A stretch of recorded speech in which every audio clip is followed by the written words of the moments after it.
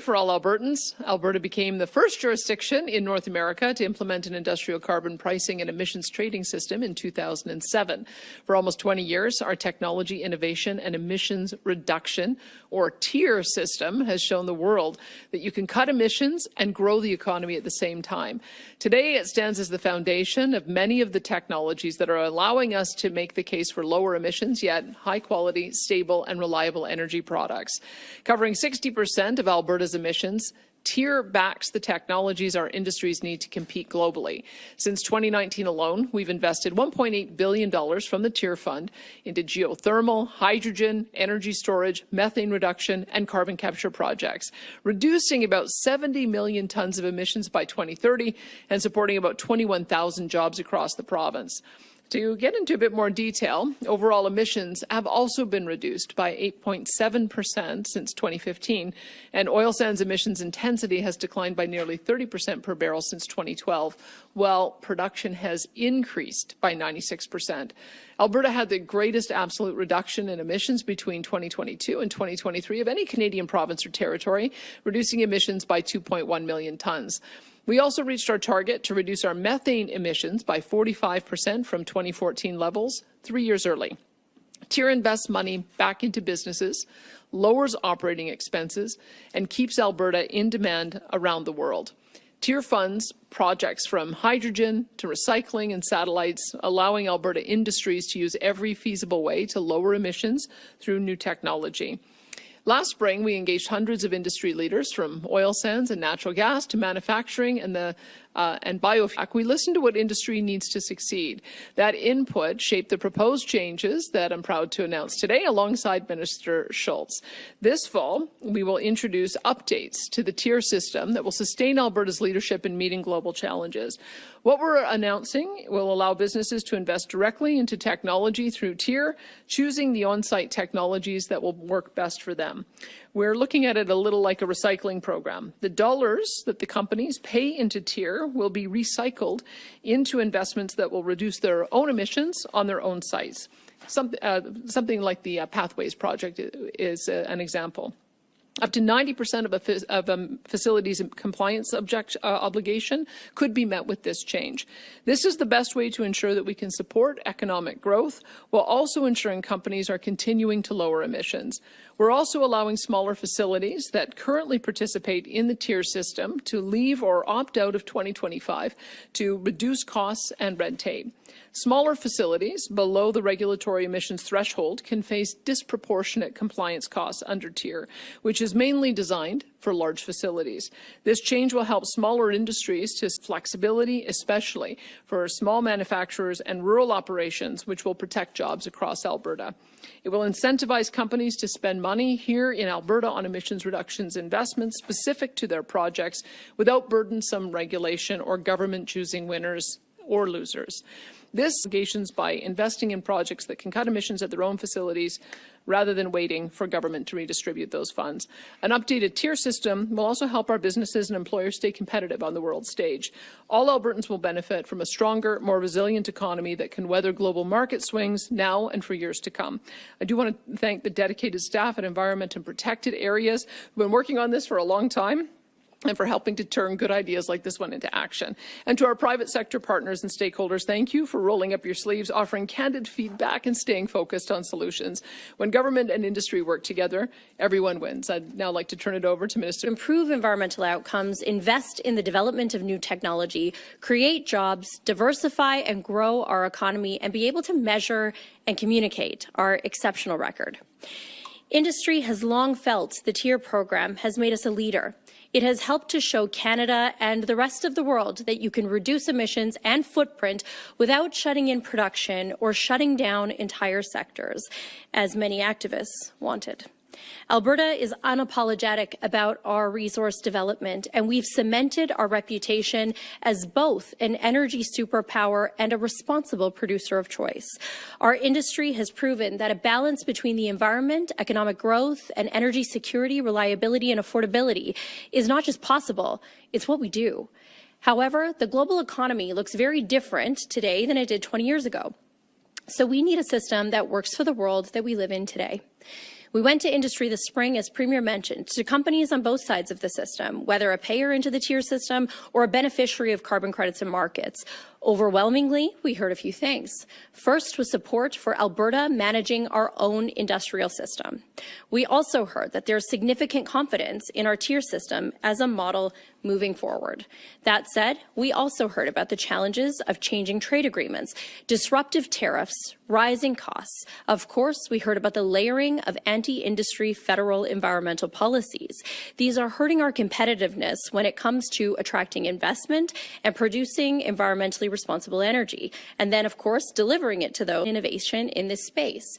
That's why we are introducing updates to the tier system this fall, to defend our economy, maintain our environmental leadership, and support our industry's competitiveness. Now, these are practical, pragmatic updates that will respond to our current situation, reduce unnecessary costs, but still maintain our leadership position, which has made us the jurisdiction of choice which is by paying a levy or using credits to offset their emissions, enabling companies to reinvest in their own facilities and choose the on-site technologies that work best for them. This helps with the economics of production, but also emissions reduction, and not just in the oil sands. This will help our conventional industry as well, as they have goals to continue to work on to defend our industry and keep our economy strong. Despite the challenges and headwinds that remain, these changes are about a province that works in step with industry to fuel innovation, attract global investment, and steward our environment for generations to come. Thank you. Thank you. And we'll now enter the media Q&A portion for the announcement. We'll start off here in the room before making our way to the phones. We'll be taking one question, one follow-up, and a reminder to state your name and outlet before asking your question. Go ahead. G'day, Emma Graney at the Globe and Mail. I just want to ask, obviously, about today's announcement. Alberta carbon markets have actually fallen 55% year over year. That's a really softened market, and it's according to an S&P Global analysis, actually. It said it might not even balance out by the end of the decade unless you don't make any aggressive regulatory changes. And given the carbon market is actually crucial to pathways going ahead, that's partly the reason that they kind of need to do this thing, it's going to further soften that carbon market. So why make these changes when you're not actually going to be helping pathways at all? Well, here's what I would say first, is that when we look at carbon markets and carbon credit prices around the world, there is a shift. There has been a softening of price, and I would say, obviously, that predates the changes that we're making today. But it's also because of decisions that we are seeing made around the world to focus on economic competitiveness, which matters, of course, at the same time as the environmental benefits. And so this is a way, these changes are a way for us to still maintain that system. We know it is very important for past investments that have been made under the tier system as well. But this is a shift that we're seeing globally. We do want to see investments in new technology and innovation. I know that's something that the Premier is quite proud of. It also builds on our reputation as as a place of innovators.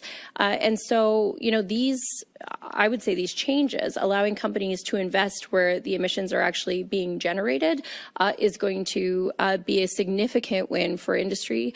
And again, on the carbon market side, I would say part of that is outside our control, as we're seeing the global shift to focus on economics of projects. Okay, and next question is for the Premier. Obviously, you met with the Prime Minister, Mark. Companies have to pay the amount anyway, so allowing them to pay it into a fund if they want us to make the decision about how that goes to emissions reduction sites, or put it into their own emissions reduction. It's kind of almost like a mandatory spend, similar to what we do with getting them to pay down their liability on oil and gas sites that need to be reclaimed. So I did mention to him that this was coming, that we knew that we needed to find a different way of approaching this issue, and so this won't be a surprise to the federal government on that. Go ahead. Edward Jan from City News. Premier, the Insurance Bureau of Canada wants you to scrap the insurance rate cap. They say they're losing money in Alberta. What does your government plan to do about this? Well, I think most people who are good drivers, who drive the same car, don't have accidents and don't get tickets, don't expect to see double-digit increases in their insurance rates. And so it is still a very generous cap of 7.5%, allowing for the fact that we do have more natural disasters here. We do know that there's an increase in costs associated with repairs for vehicles, but we also want the industry to be fair and reasonable. And so that's one of the things that we're talking about actively, about how we can make sure that we maintain the competitive market in Alberta, and as we move to the new Care First model. And a public insurance option is something your government has considered. What's the latest on that? And why not move towards the same direction neighboring provinces have done as well, too, in terms of having a public insurance option? Well, because it would cost, I think, $3 to $4 billion. We'd have to lay off 5,000 to 7,000 private sector workers. We'd have to take 5 years to set up a new system. And if there are shortfalls, it would be paid for by taxpayers. Those are all things I don't love about a public insurance model, and it's why we're trying to do what we can to maintain the private sector operation. I know others have gone in a different direction, but starting a brand new public insurer from scratch has significant startup costs, as well as significant delays in being able to get it implemented. Whereas the Care First model that we're putting in place is a compromise, where we have fewer ranges of options for tort action, but we also have a more generous call your doctor first approach, so that we can support people who have been injured and need income replacement. That can be in place within a couple of short years. Drew Anderson with the Narwhal. I'm just curious about the investing directly component of this. Is there any way to actually ensure that emissions will be reduced with the technologies that they're investing in? How will that be monitored? And are there repercussions if the emissions actually don't go down with those investments? Well, I can tell you that the Pathways project is the prime example that we're looking at. And what they have put out there an aggressive target to be carbon neutral by 2050. That was their starting point. They have multiple ways they want to get there. One part is this carbon capture pipeline. Another part is adopting interties and potentially hydroelectric power and nuclear power in a future iteration, maybe when the small modular nuclear becomes available.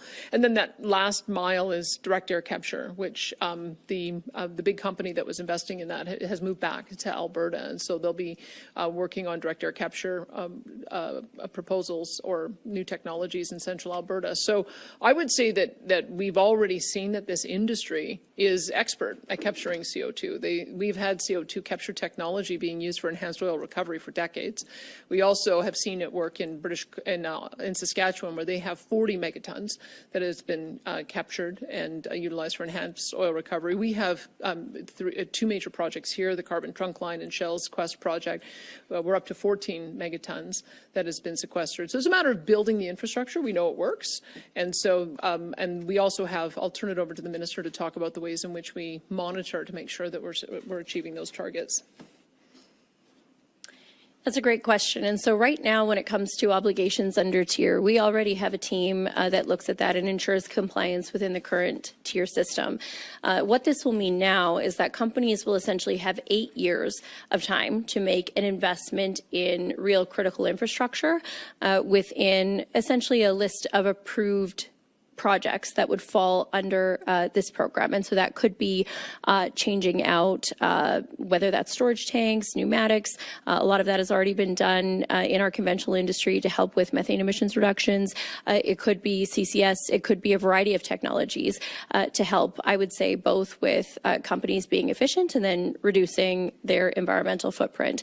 So companies will be able to go back, and the calculation is that they can go back 3 years in terms of their compliance obligations, and then take the future 5 years. And so there's an 8-year time frame in which they can take those obligations and make that investment. Now, if those companies do not invest those dollars, that's what then comes to government, and that's how we continue to fund new technology through mechanisms like we already have through Emissions Reduction Alberta, or of course we make direct investments through government like what we've done with the Natural Gas Innovation Fund and other projects and initiatives like that. Next question is for the Premier. Premier, on Tuesday, your special advisor, David Yeager, who's also on the board of the AER, and this is a direct quote, so forgive my salty language. He called the current state of oil and gas regulations a giant stinking pile of shit. I'm just curious if you would agree with that assessment and whether you think that what you've announced today will help the situation. They're two different things. So this addressing emissions reduction is part of what we think is going to be important to support a lower carbon barrel so that